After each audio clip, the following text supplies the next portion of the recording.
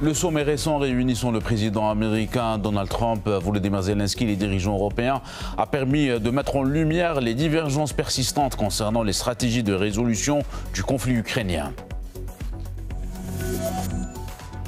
Alors que des avancées diplomatiques sont observées dans la résolution de la crise ukrainienne, l'Europe tente de tirer son épingle du jeu. La coalition des volontaires poursuit ses efforts pour déployer des troupes européennes sur la ligne de contact.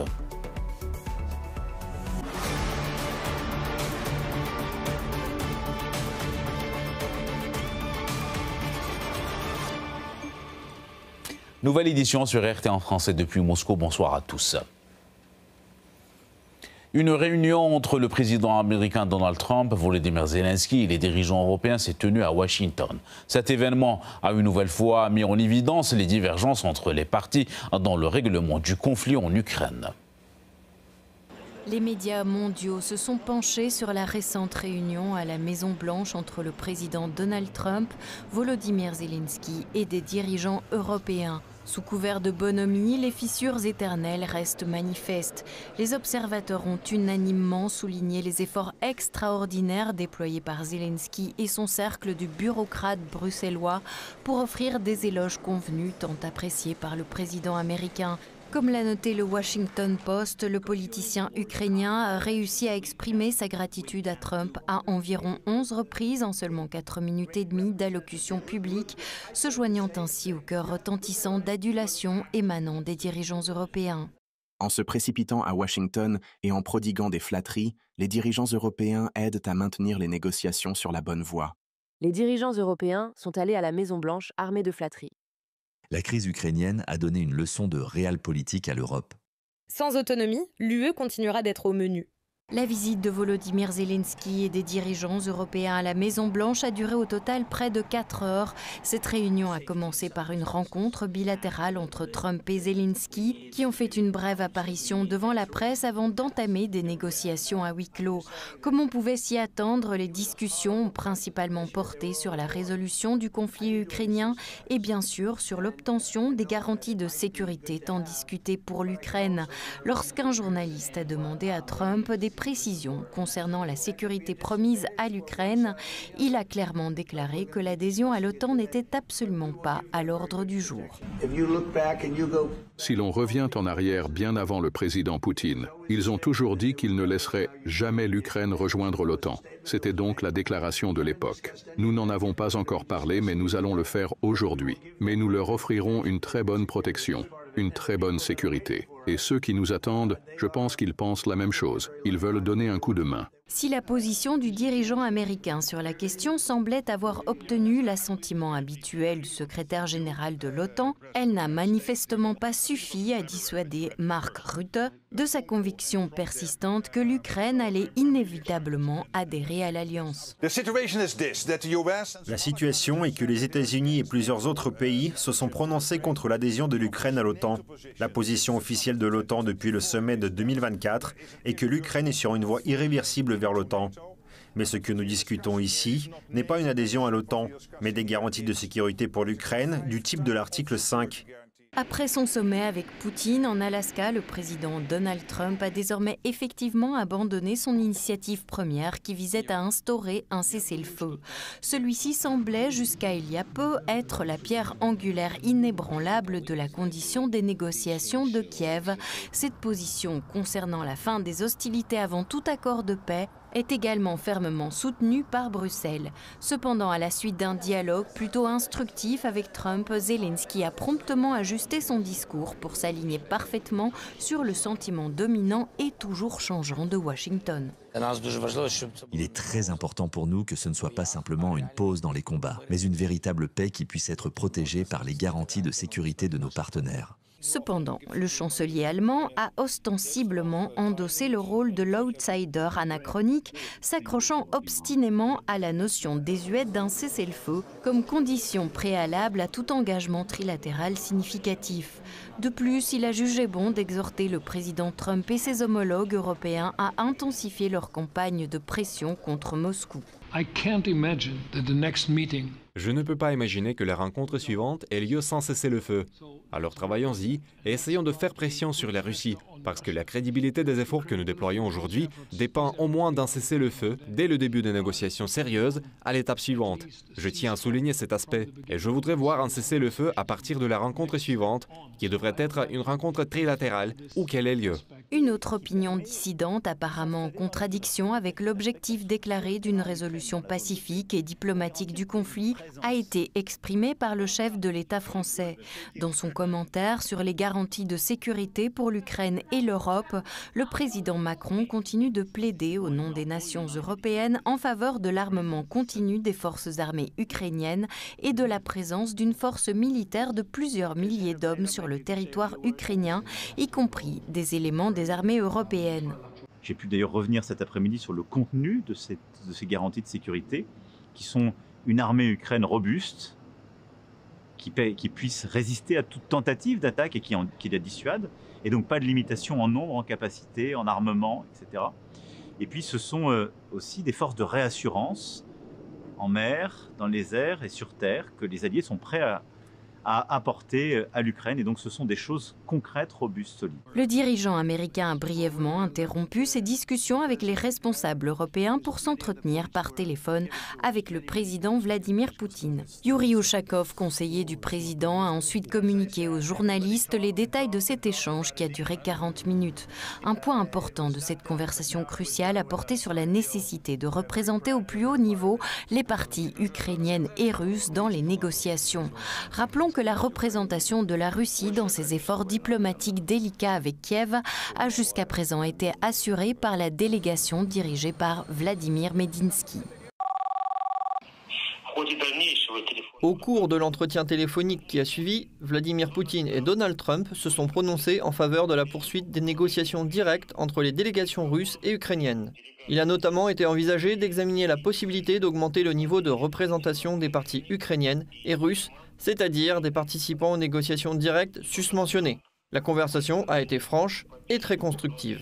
Si un consensus a été trouvé sur la nécessité de représenter les parties au plus haut niveau, la question de la préparation du futur sommet semble être une autre paire de manches. Comme l'a souligné le chef de la diplomatie russe dans une interview sur les résultats des rencontres en Alaska et à Washington, pour un tel événement, les détails de l'accord doivent être plus précis. Lavrov est également revenu une nouvelle fois sur les origines et les causes profondes du conflit ukrainien. Il a affirmé que l'objectif de la Russie n'avait jamais été de s'emparer du territoire ukrainien, mais plutôt de protéger les populations russophones. Ces mêmes conditions ont également été énoncées par le président Poutine lors du sommet en Alaska, notamment le rétablissement des droits de la population russophone qui avait été totalement brimée sous Zelensky et l'arrêt des persécutions innommables contre l'Église orthodoxe ukrainienne, ce que certains médias qualifient aujourd'hui fréquemment d'exigence de la part de la Russie, est en réalité inscrit dans le document juridique fondamental de l'Ukraine, à savoir sa constitution. Et au lendemain de la réunion qui a vu défiler à la Maison-Blanche Volodymyr Zelensky ainsi qu'un groupe de responsables européens, il est temps de faire le point sur ces déclarations fortes et surtout la suite à donner à ce sommet. Les précisions avec Antoine Clairaut. À l'issue des réunions d'hier entre Donald Trump et Volodymyr Zelensky, ainsi qu'avec les responsables européens, on en sait davantage sur la position du président américain. La Crimée restera russe, pas d'OTAN pour l'Ukraine. Les dirigeants européens ont compris la nécessité de concessions territoriales et enfin pas de militaires américains sur le territoire ukrainien. Autant de points sur lesquels la Russie est alignée. Des points que Vladimir Poutine n'a sans doute pas manqué d'évoquer avec Donald Trump lors de leur rencontre en Alaska. Mais malgré tout, il existe toujours des pierres d'achoppement. Ils ne feront pas partie de l'OTAN, mais les pays européens veulent prendre les devants. Et ils auront. Certains d'entre eux, la France, l'Allemagne, le Royaume-Uni, souhaitent voir leurs troupes sur le terrain. Honnêtement, je ne pense pas que ce soit un problème. Je crois que Poutine en a assez de tout cela. Je pense qu'ils en ont tous assez de cela. Mais on ne sait jamais. Nous le saurons, en ce qui concerne le président Poutine, dans les prochaines semaines. C'est en effet un point qui a été rabâché par les responsables européens présents à la Maison-Blanche, qui souhaitent des garanties de sécurité pour Kiev via leur fameuse coalition de volontaires.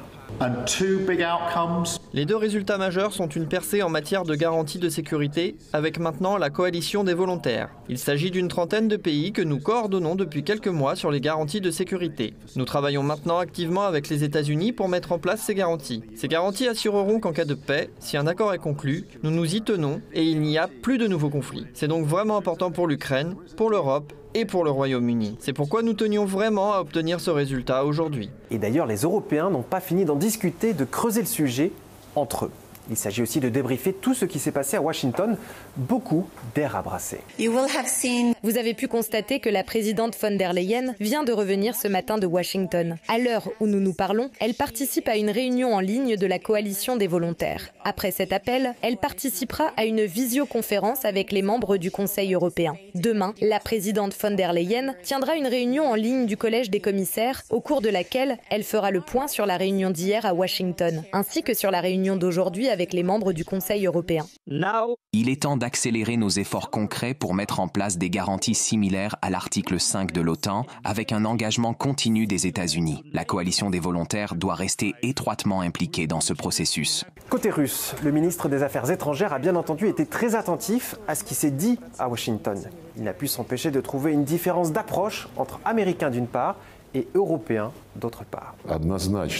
Il était absolument évident que le dirigeant américain et son équipe cherchaient sincèrement à obtenir un résultat à long terme, stable et fiable, contrairement aux Européens qui alors répétaient à tout bout de champ un cessez-le-feu d'abord et ensuite continuer à livrer des armes à l'Ukraine. Les tractations continuent au lendemain de la rencontre de la Maison-Blanche. Les Européens tentent de capitaliser sur la demi-porte ouverte laissée par Donald Trump concernant les garanties de sécurité à fournir à Kiev et en dernier lieu, des soldats à envoyer sur place. Mais à entendre Moscou, si la Russie s'est battue et continue à se battre pour éviter que l'Ukraine n'entre dans l'OTAN, ce n'est pas pour voir des soldats britanniques et français demain à leurs frontières.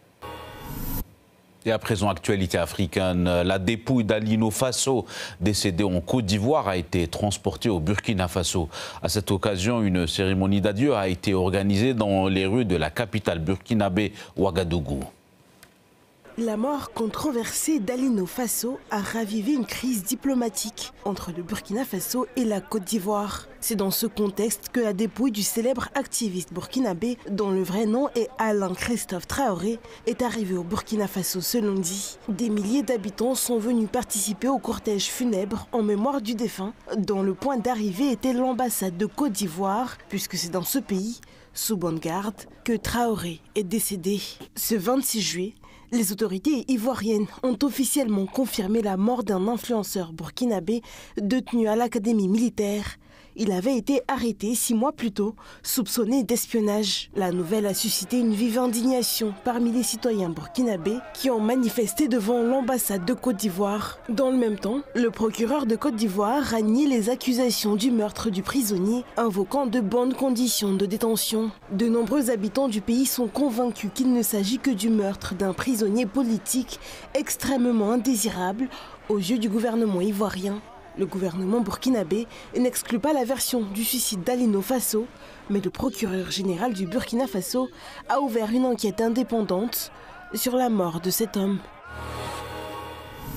Actualité africaine toujours, selon un communiqué publié par l'avocat de Choguel Maïga, l'ancien Premier ministre malien, a été arrêté pour détournement de fonds publics.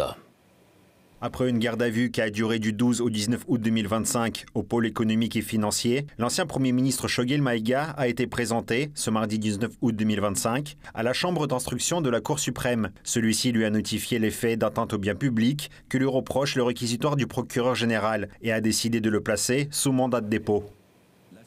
Mardi 12 mai, l'ancien Premier ministre malien a été placé en détention provisoire, tandis qu'une enquête était en cours à son sujet. Nommé Premier ministre en 2021, Maïga a été démis de ses fonctions au mois de novembre 2024. Le Burkina Faso a déclaré la coordonnatrice résidente des Nations Unies, Carole Farrell-Smithniak, comme persona non grata dans le pays. Les précisions à suivre.